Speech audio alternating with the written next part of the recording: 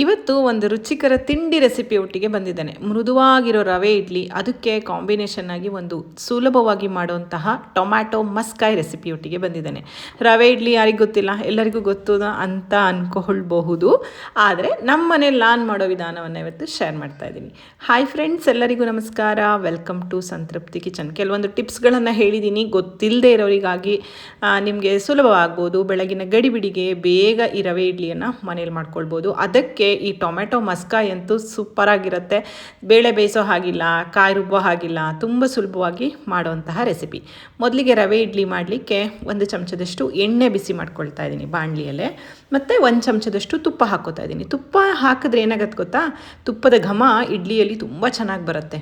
ಬರೀ ತುಪ್ಪದಲ್ಲೇನು ಮಾಡಿದ್ರೂ ಚೆನ್ನಾಗೇ ಆಗುತ್ತೆ.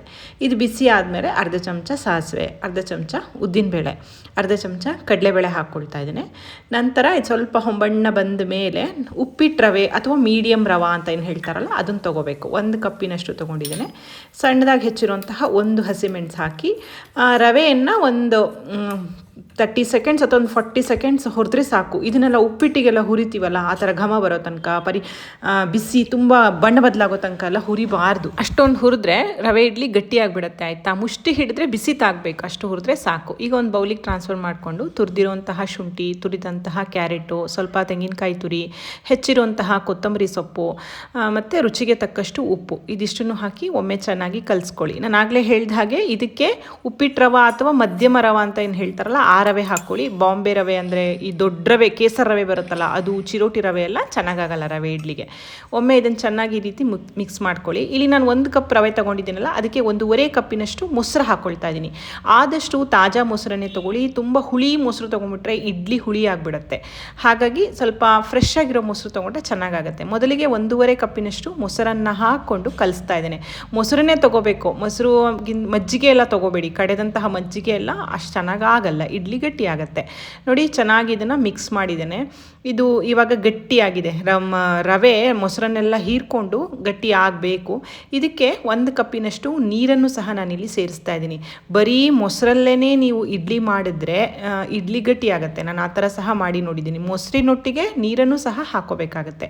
ನಾನು ಅದೇ ಕಪ್ನಲ್ಲಿ ನೀರನ್ನು ಹಾಕಿದ್ದೇನೆ. 1 ಕಪ್ಪಿನಷ್ಟು ನೀರನ್ನು ಹಾಕಿ ಚೆನ್ನಾಗಿ ಮಿಕ್ಸ್ ಮಾಡ್ಕೊಳ್ಳೋದು. ಟೈಮ್ ಇದ್ದರೆ ಒಂದು 20 ನಿಮಿಷ ಇದನ್ನು ನೆನೆಯೋದಕ್ಕೆ ಬಿಡಿ. ನೆಂದರೆ ಚೆನ್ನಾಗಾಗತ್ತೆ. ಟೈಮ್ ಇಲ್ಲ ಅಂತಾದರೆ ಬೇಗ ಮಾಡ್ಕೊಳ್ಬಹುದು, ತೊಂದರೆ ಇಲ್ಲ. ಆದರೂ ಒಂದು 10-15 ನಿಮಿಷನಾದರೂ ಸ್ವಲ್ಪ ಇದನ್ನು ನೆನೆಯಲಿಕ್ಕೆ ಬಿಡಬೇಕು. ನೋಡಿ, ಚೆನ್ನಾಗಿ ಮಿಕ್ಸ್ ಮಾಡ್ಕೊಳ್ತಾ ಇದ್ದೀನಿ. ಈ ಹದದಲ್ಲಿ ಇರಲಿ. ರವೆ ಇಡ್ಲಿಗೆ ಏನೂ ಆಗಲಿ, ಅಡುಗೆ ಸೋಡಾನಾಗಲಿ ನೀವು 1/4 ಚಮಚ ಹಾಕಲೇಬೇಕು. ಹಾಕೋದ್ರಿಂದನೇ ಆ ರವೆ ಅರಳಿಕೊಂಡು ಪ್ಲಫಿಯಾಗಿ ಇಡ್ಲಿ ಸಾಫ್ಟಾಗಿ ಬರುತ್ತೆ. ಹಾಕದೇನೂ ಮಾಡ್ಬೋದು, ರುಚಿಲೇನು ವ್ಯತ್ಯಾಸ ಇರಲ್ಲ. ಆದರೆ ಸ್ವಲ್ಪ ಇಡ್ಲಿ ಗಟ್ಟಿ ಅಂತ ನಮಗೆ ಅನಿಸುತ್ತೆ. ಹಾಗಾಗಿ ನಾನು ಇಲ್ಲೊಂದು 1/4 ಚಮಚದಷ್ಟು ಈನೋ ಪೌಡರ್ ಹಾಕಿದ್ದೇನೆ. ಅಡುಗೆ ಸೋಡಾಗಿಂತ ಈನೋ ಬೆಟರ್ ಅಂತ ಅನಿಸುತ್ತೆ. ಹಾಕಿ ಇದನ್ನು ಚೆನ್ನಾಗಿ ಮಿಕ್ಸ್ ಮಾಡೋದು. ಇದು ಹಾಕಿದ ತಕ್ಷಣ ನೋಡಿ ಎಷ್ಟು ಚೆನ್ನಾಗಿ ರವೆ ಉಬ್ಕೊಂಡು ಬರುತ್ತೆ ಅಂತ. ಈ ಹದದಲ್ಲೇ ಇರಲಿ, ತುಂಬ ತೆಳು ಮಾಡ್ಕೊಳ್ಬೇಡಿ, ಆವಾಗ ಹರಿದು ಹೋಗುತ್ತೆ. ಅಂದರೆ ಬ್ಯಾಟರ್ ತುಂಬ ನೀರಾಗಬಾರ್ದು, ಆಯಿತಾ. ಇವಾಗ ಇಡ್ಲಿ ತಟ್ಟೆಗೆ 1/4 ಚಮಚ ಎಣ್ಣೆ ಹಾಕ್ಕೊಂಡು ಎಲ್ಲ ಗುಂಡಿಗಳಿಗೂ ನಾನು ಇದನ್ನು ಸೌರಿಟ್ಕೊಳ್ತಾ ಇದ್ದೀನಿ. ಎಣ್ಣೆ ಸೌರಿಟ್ಕೊಳ್ತಾ ಇದ್ದೀನಿ. ನಂತರ ಈ ಕಡೆ ಇಡ್ಲಿ ಅಟ್ಟಿನಲ್ಲಿ ನೀರನ್ನು ಸಹ ಕುದಿಲಿಕ್ಕೆ ಇಟ್ಟಿದ್ದೇನೆ. ಸ್ವಲ್ಪ ಸ್ವಲ್ಪ ಹಿಟ್ಟನ್ನೇ ಹಾಕ್ಕೋಬೇಕು, ತುಂಬ ಹಾಕ್ಕೋಬೇಡಿ. ನಾವು ಏನೋ ಹಾಕಿರೋದ್ರಿಂದ ಅದು ಉಬ್ಬಿ ಬರುತ್ತೆ. ನೀರು ಕುದೀತಾ ಇದೆ ಅಂತನ್ನುವಾಗ ಇಡ್ಲಿ ತಟ್ಟೆಗಳನ್ನು ಇಟ್ಟು ಒಂದು 1/4 ಭಾಗ ತುಂಬಿಸ್ಕೊಂಡ್ರೆ ಸಾಕು. ಅದು ಫುಲ್ ಆಗುತ್ತೆ, ಇಡ್ಲಿ ಫುಲ್ ಆಗುತ್ತೆ. ಇಲ್ಲಿ ನಾನು ಮಾಡಿರೋ ಅಳತೆಯಲ್ಲಿ ಒಂದು 20 ಇಡ್ಲಿಗಳು ಆಗಿದೆ. ಇದಕ್ಕೆ ಕ್ಯಾರೆಟ್ ತುರಿ ಎಲ್ಲ ಆಪ್ಷನಲ್. ಹಾಕಿದ್ರೆ ಇಡ್ಲಿ ಒಂಥರ ಆರೆಂಜ್ ಕಲರಲ್ಲಿ ಬರುತ್ತೆ. ನೀವು ಹಾಕದೆ ಹೋದರೆ ಬಿಳಿ ಬಣ್ಣದಲ್ಲೇ ಇಡ್ಲಿ ಬರುತ್ತೆ. ಖಂಡಿತ ಹೇಳ್ತೀನಿ, ಹೋಟೆಲಲ್ಲೆಲ್ಲ ನಾವು ತಿಂತೀವಲ್ಲ ಅದೇ ಟೇಸ್ಟ್ನಲ್ಲೇ ಇರುತ್ತೆ. ಏನು ಡಿಫ್ರೆನ್ಸ್ ಏನಿರೋದಿಲ್ಲ, ಅಷ್ಟೇ ಸಾಫ್ಟಾಗಿ ಬರುತ್ತೆ. ಇದನ್ನು ಬೇಯಿಸ್ಕೊಳ್ಳೋಣ. ಈಗ ಮಸ್ಕಾಯಿ ಮಾಡ್ಕೊಳ್ಳೋಣ. ಅದಕ್ಕೆ ಕುಕ್ಕರ್ಗೆ ಹೆಚ್ಚಿರುವ 3 ಟೊಮೆಟೊ, ಹೆಚ್ಚಿರುವಂತಹ 2 ಈರುಳ್ಳಿ, ಖಾರಕ್ಕೆ ಒಂದು 3 ಹಸಿಮೆಣಸಿನಕಾಯಿನ ಹಾಕ್ಕೊಳ್ತಾ ಇದ್ದೀನಿ. ನಂತರ 1 ಹೆಚ್ಚಿರುವಂತಹ ಆಲೂಗಡ್ಡೆಯನ್ನು ಹಾಕ್ತಾ ಇದ್ದೀನಿ. 1 ಚಮಚದಷ್ಟು ಸಾರಿನ ಪುಡಿ ಅಥವಾ ರಸಂ ಪೌಡರ್ ಹಾಕ್ಕೊಳ್ತಾ ಇದ್ದೀನಿ. 1/4 ಚಮಚದಷ್ಟು ಅರಿಶಿಣ ಮತ್ತು 1 ಕಪ್ಪಿನಷ್ಟು ನೀರು. ಇದಿಷ್ಟನ್ನು ಕುಕ್ಕರ್ನಲ್ಲಿ ಹಾಕಿ ಕೂಗಿಸಿ ಬಿಡೋದು, ಆಯಿತಾ. ತುಂಬ ಬೇಗ ಆಗುತ್ತೆ. ಇದಕ್ಕೆ ಬೇಳೆ ಎಲ್ಲ ಹಾಕುವಂಥ ಅಗತ್ಯ ಇಲ್ಲ. ನೋಡಿ, ಚೆನ್ನಾಗಿ ಬೆಂದಿದೆ. ಇಲ್ಲಿ ಇಷ್ಟ ಆಗುತ್ತೆ ಅನ್ನೋದಾದರೆ ಬೇಯಲಿಕ್ಕೆ ನೀವು ಬೇಕಾದರೆ ಬೆಳ್ಳುಳ್ಳಿಯನ್ನು ಬೇಕಾದರೂ ಹಾಕ್ಕೋಬೋದು. ನಾನು ಬೆಳ್ಳುಳ್ಳಿ ಹಾಕಿಲ್ಲ. ಚೆನ್ನಾಗಿ ಈ ರೀತಿ ಮಸಿಯುವಂತಹ ಸೌಟೇನಿರುತ್ತೆ ಅದರಲ್ಲಿ ಈ ರೀತಿ ಚೆನ್ನಾಗಿ ಮಸ್ಕೊಳ್ಳಿ. ಹಾಗಂತ ಮಿಕ್ಸರನ್ನೆಲ್ಲ ಹಾಕಿ ರುಬ್ಬು ಬಿಡಬೇಡಿ, ಅದಷ್ಟು ಚೆನ್ನಾಗಾಗಲ್ಲ. ಈ ರೀತಿ ಚೆನ್ನಾಗಿ ಮ್ಯಾಶ್ ಮಾಡಿಕೊಂಡ್ರೆ ಚೆನ್ನಾಗಾಗುತ್ತೆ. ಈಗ ಒಂದು ಬಾಣಲೆಗೆ 1 ಚಮಚದಷ್ಟು ಎಣ್ಣೆ ಬಿಸಿ ಆದಮೇಲೆ ಅರ್ಧ ಚಮಚದಷ್ಟು ಸಾಸಿವೆ ಹಾಕ್ತಾ ಇದ್ದೇನೆ. ಅರ್ಧ ಚಮಚದಷ್ಟು ಜೀರಿಗೆ ಹಾಕ್ತಾಯಿದ್ದೀನಿ, ಒಳ್ಳೆ ಪರಿಮಳದ ಇಂಗು ಹಾಕ್ತಾಯಿದ್ದೀನಿ. ಇಲ್ಲೂ ಸಹ ನಿಮಗೆ ಬೆಳ್ಳುಳ್ಳಿ ಇಷ್ಟ ಆಗುತ್ತೆ ಅಂತಾದರೆ ಒಂದು 5-6 ಎಸಳು ಬೆಳ್ಳುಳ್ಳಿಯನ್ನು ಜಜ್ಜಿ ಹಾಕ್ಕೊಳ್ಬೋದು.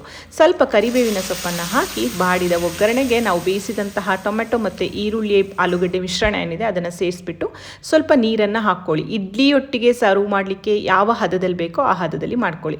ಇದು ತುಂಬ ತೆಳುವಾಗ್ಬಿಡತ್ತೆ. ಹಾಗಾಗಿ ಏನು ಮಾಡಬೇಕು, 1 ಚಮಚದಷ್ಟು ಕಡಲೆ ಹಿಟ್ಟನ್ನು ನೀರಲ್ಲಿ ಕರಡಿ, ಗಂಟಿಲ್ಲದಂತೆ ಕರಡಿ ಕುದೀತಾ ಇರುವಂತಹ ಟೊಮೆಟೊ ಮಿಶ್ರಣಕ್ಕೆ ಕೊಡೋದು. ಕಡಲೆ ಹಿಟ್ಟು ಹಾಕಿದ್ರೆ ಒಂಥರ ಕ್ರೀಮಿ ಟೆಕ್ಸ್ಚರಲ್ಲಿ ಬರುತ್ತೆ, ರುಚಿನೂ ಚೆನ್ನಾಗಿರುತ್ತೆ, ಗಟ್ಟಿನೂ ಆಗುತ್ತೆ. ನೋಡಿ ಇದು ಚೆನ್ನಾಗಿ ಗಟ್ಟಿಯಾಗಿದೆ ಅಲ್ಲ. ಈಗ ಇದು ಸ್ವಲ್ಪ ಕುದಿಬೇಕು, ಕಡಲೆ ಹಿಟ್ಟಿನ ಹಸಿ ವಾಸನೆ ಎಲ್ಲ ಹೋಗಿ ಕುದಿಬೇಕು. ರುಚಿಗೆ ತಕ್ಕಷ್ಟು ಉಪ್ಪನ್ನು ಹಾಕ್ಕೊಳ್ಳೋದು. ಇದು ದೋಸೆ ಒಟ್ಟಿಗೆ, ಈಗ ನಾನು ಮಾಡಿರೋ ಇಡ್ಲಿ ಜೊತೆ ಎಲ್ಲ ತುಂಬ ಚೆನ್ನಾಗಿರುತ್ತೆ. ನಾನು 1 ಚಮಚ ಬೆಲ್ಲ ಹಾಕಿದ್ದೀನಿ ಆಯಿತಾ, ಸ್ವಲ್ಪ ಬ್ಯಾಲೆನ್ಸ್ ಆಗಲಿ. ಹುಳಿ ಟೊಮೆಟೊ ಯೂಸ್ ಮಾಡಿರೋದ್ರಿಂದ ನಿಮಗೆ ಬೆಲ್ಲ ಬೇಡ ಅಂದರೆ ಸ್ಕಿಪ್ ಮಾಡ್ಬೋದು, ಅಥವಾ ಹುಳಿ ಟೊಮೆಟೊ ಬದಲಾಗಿ ಜಾಮೂನ್ ಟೊಮೆಟೊ ಹಾಕಿದ್ರೂ ಆಗುತ್ತೆ, ಚೆನ್ನಾಗೇ ಆಗುತ್ತೆ. ಇದು ಚೆನ್ನಾಗಿ ಕುದೀತಾ ಇದೆ. ಈಗ ಸಣ್ಣದಾಗಿ ಹೆಚ್ಚಿರುವಂತಹ ಕೊತ್ತಂಬರಿ ಸೊಪ್ಪು ಹಾಕಿದ್ರೆ ರುಚಿಕರವಾಗಿರುವಂತಹ ಟೊಮ್ಯಾಟೊ ಮಸ್ಕಾಯಿ ತಯಾರಾಯಿತು.